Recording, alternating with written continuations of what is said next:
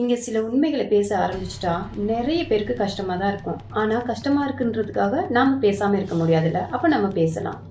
ஒழுக்கமின்மையா நடந்துக்கிட்டா எங்களுடைய தலைவருக்கு பிடிக்காது. நீங்க எங்களுடைய தலைவருடைய பெயரை சொல்லியும் எமது மக்களை சொல்லியும் உங்களுடைய கட்சி வளர்ந்தது தமிழ்நாட்டுல. அது அழிக்க முடியாத ஒண்ணு. இன்னைக்கு கூட சீமான் அவர்கள் திரள் நிதி கேட்டிருக்கிறாரு. எப்படி தமிழ்நாட்டுல உங்களுக்கு கொடுத்துருவாங்களா? இவ்வளவு நாள் உங்களுக்கு திரள் நிதி எங்க இருந்து வந்துச்சு?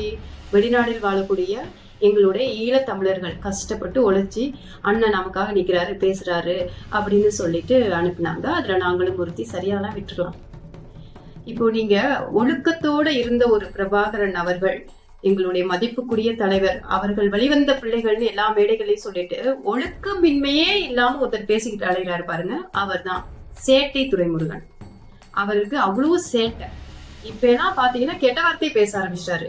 நீங்க இப்போ போட்டி போட்டு ஒருத்தனை வீழ்த்தணும்னு நினைச்சா நேருக்கு நேரு நின்று வீழ்த்துட்டார். எங்க தலைவர் சொல்ற விஷயங்கள் தான் இதெல்லாம். முதுகுல எல்லாம் குத்தக்கூடாது, நேருக்கு நேர் நிக்கணும், அவன் தான் மாவீரன் அப்படின்னுவாரு.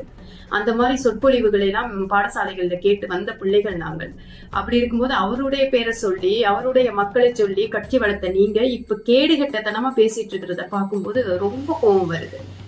விஜய் அவர்கள் உங்களிலிருந்து மிகவும் மாற்றுப்பட்ட ஒரு மனிதர். ஏன் தெரியுமா? அவர் தன்னுடைய சுய மரியாதையோடு தன்னுடைய மக்களுக்காக, தன்னுடைய நாட்டை திருத்தி செய்வதற்காக மக்களுக்காக வந்த ஒரு தலைவராக நாங்க பாக்குறோம். அப்போ உங்க மேலாம் இந்த அன்பு இருந்தது, உங்களுக்கு எல்லாம் ஆதரவு கொடுத்தோம். ஏன் அப்படின்னா ஒரு நல்ல வழி காட்டுவீங்க எமது மக்களுக்கும் அப்படின்னு.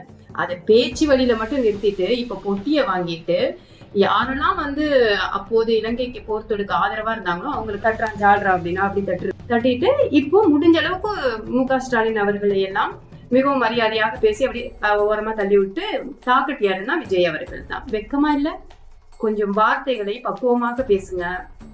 அப்புறம் நீங்க இனிமே எங்களுடைய அன்புக்குரிய தலைவர் அவருடைய பேரை எல்லாம் சொல்லி அவர் வழி வந்த பிள்ளைகள்னா தயவு செய்து சொல்லாதீங்க.